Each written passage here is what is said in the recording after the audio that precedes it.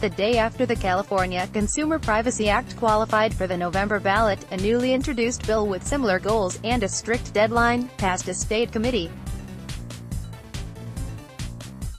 The ballot measure, which aims to address privacy issues brought up by high-profile instances such as Facebook's Cambridge Analytica scandal and numerous data breaches, would allow consumers to see what information companies are collecting about them and ask the companies to stop selling that data.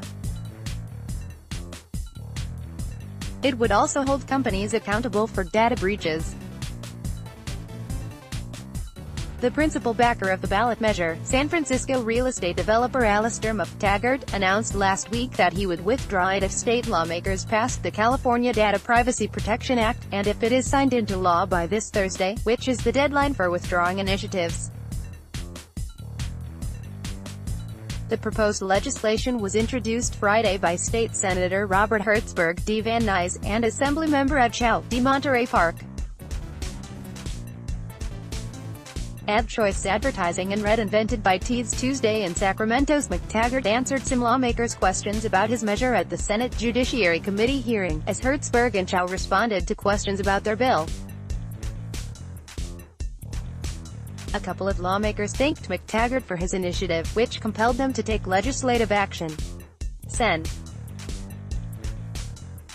Henry Stern, D. Canoga Park, put it another way, this initiative put us in a spot. It tech news in your inbox weekday mornings.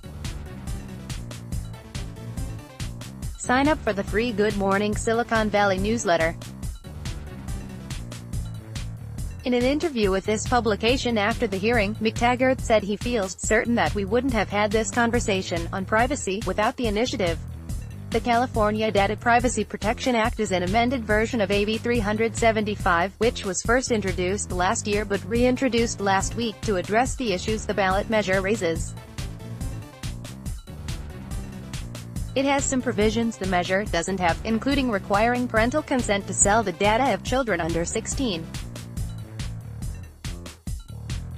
It also would establish a process for privacy breach lawsuits and limit liability. The state attorney general would first fine a company over a breach, then consumers would be able to sue.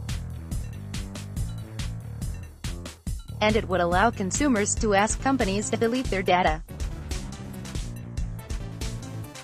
If it doesn't become law by Thursday, McTaggart said his measure, which is supported by groups such as Consumer Watchdog and other advocacy groups, is polling really well.